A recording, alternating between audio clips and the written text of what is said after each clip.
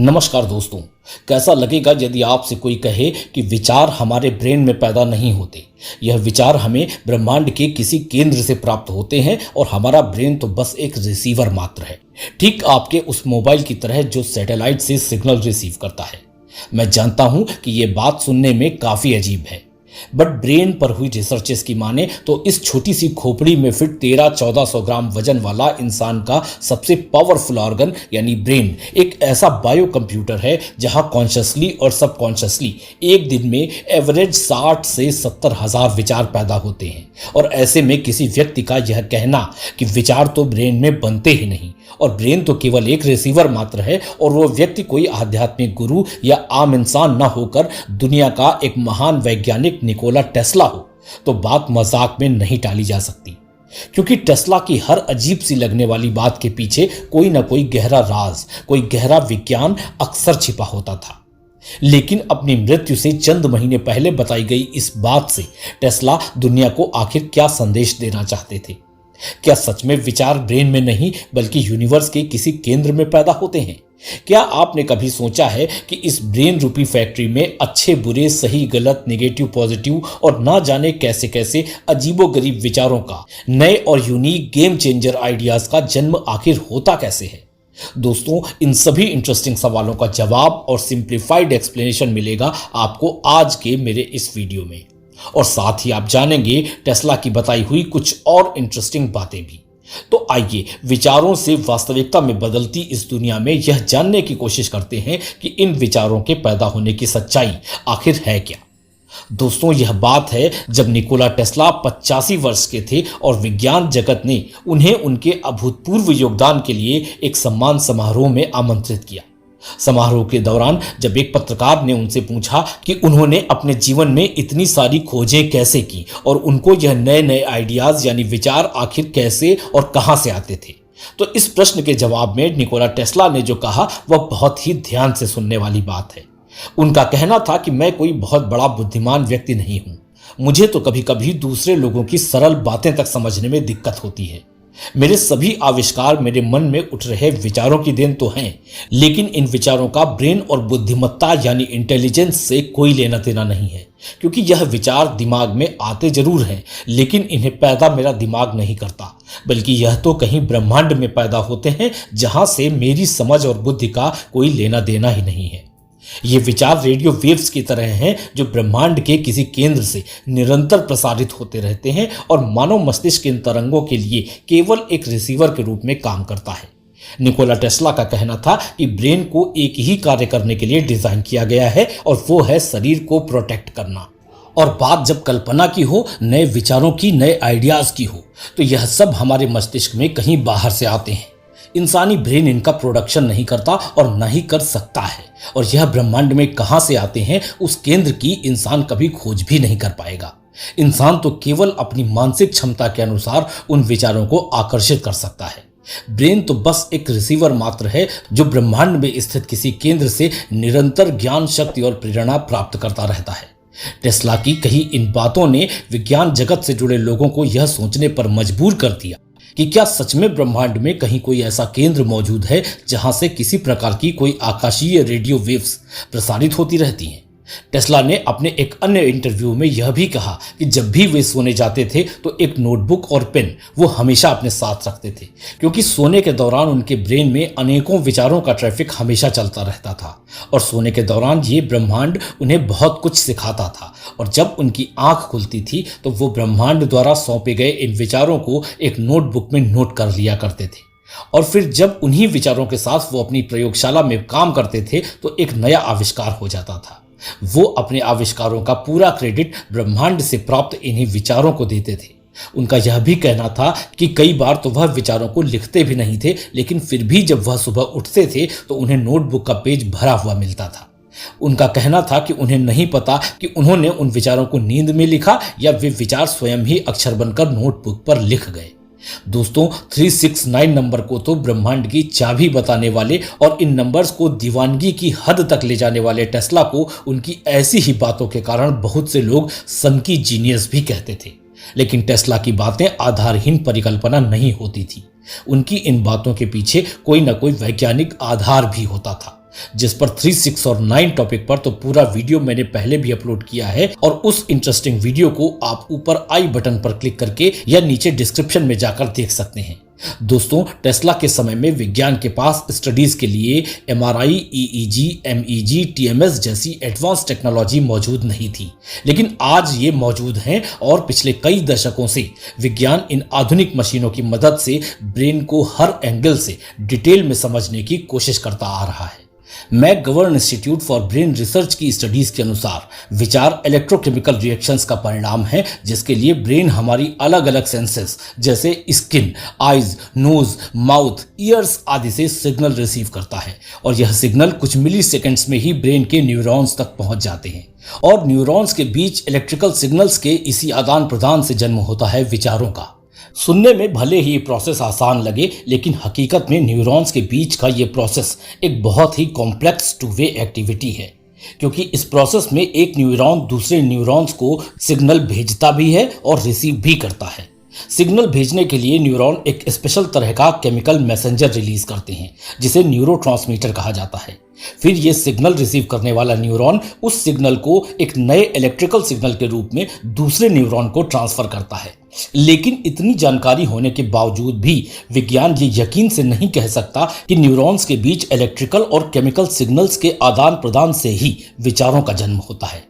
ये केवल एक संभावना मात्र है, क्योंकि एडवांस टेक्नोलॉजी से ये तो पता चला है कि किसी एक खास विचार के लिए ब्रेन का एक खास हिस्सा एक्टिवेट हो जाता है, परंतु एक विचार को शुरुआत से अंत तक ट्रेस करना न्यूरोसाइंस रिसर्च का बहुत ही जटिल विषय है, जिस पर अभी बहुत काम होना बाकी है और विज्ञान के लिए ये काम आसान नहीं होगा, क्योंकि 73% लिक्विड वाले 86 बिलियन न्यूरॉन्स की उस स्मार्ट कोडिंग को समझ पाना जो बचपन से ही इस ब्रेन में मौजूद रहती है आसान नहीं होगा।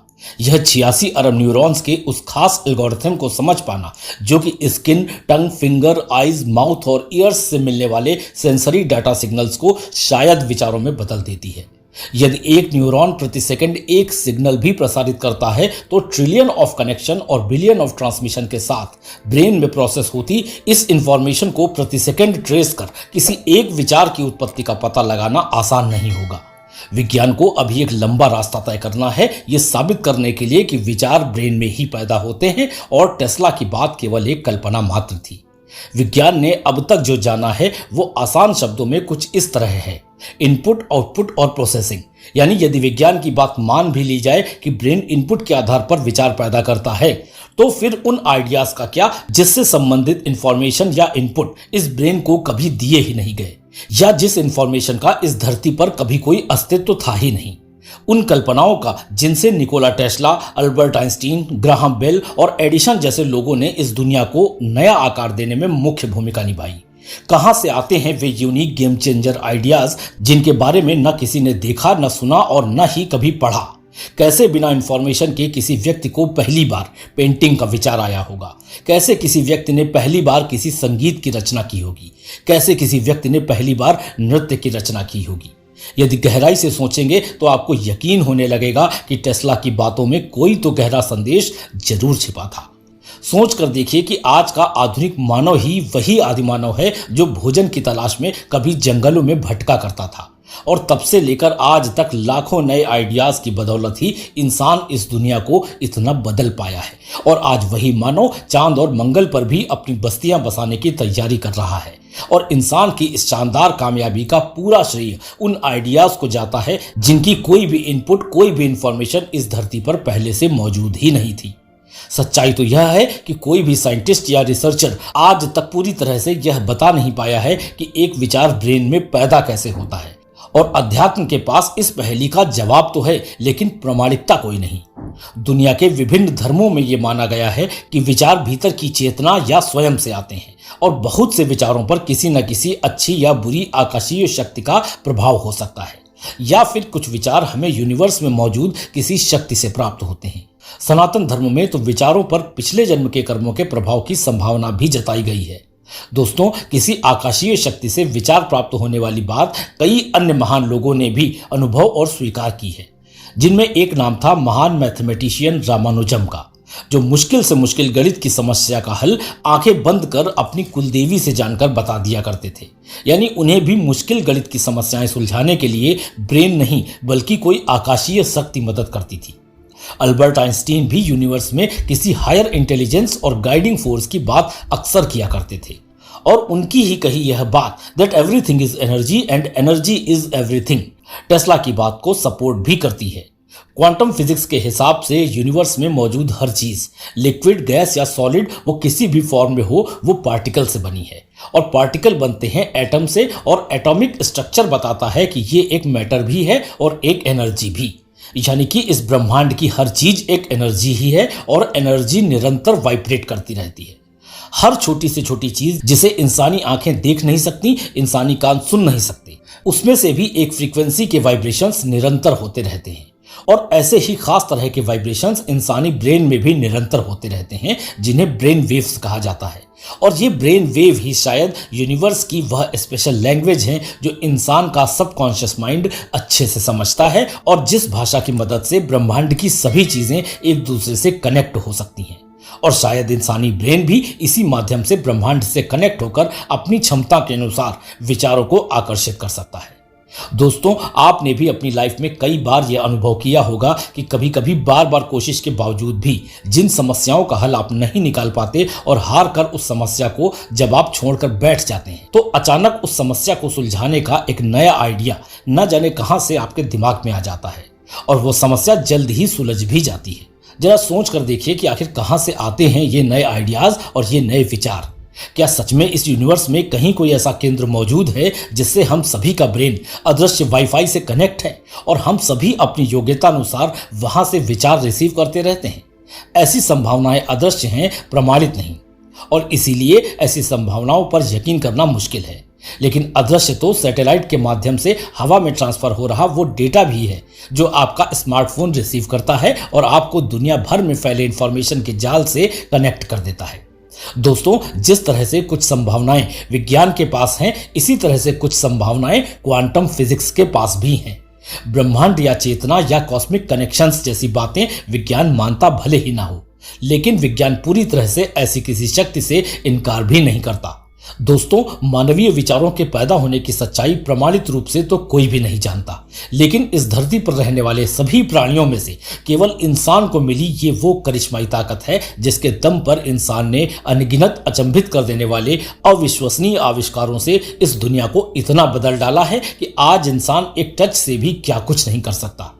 तो बात आती है, आखिर मैं इस वीडियो के माध्यम से आपको क्या संदेश देना चाहता हूं। दोस्तों, आप कितनी भी नॉलेज इकट्ठी कर लें, काम कुछ नहीं आएगा जब तक आप उसे अपनी लाइफ में शामिल नहीं करते।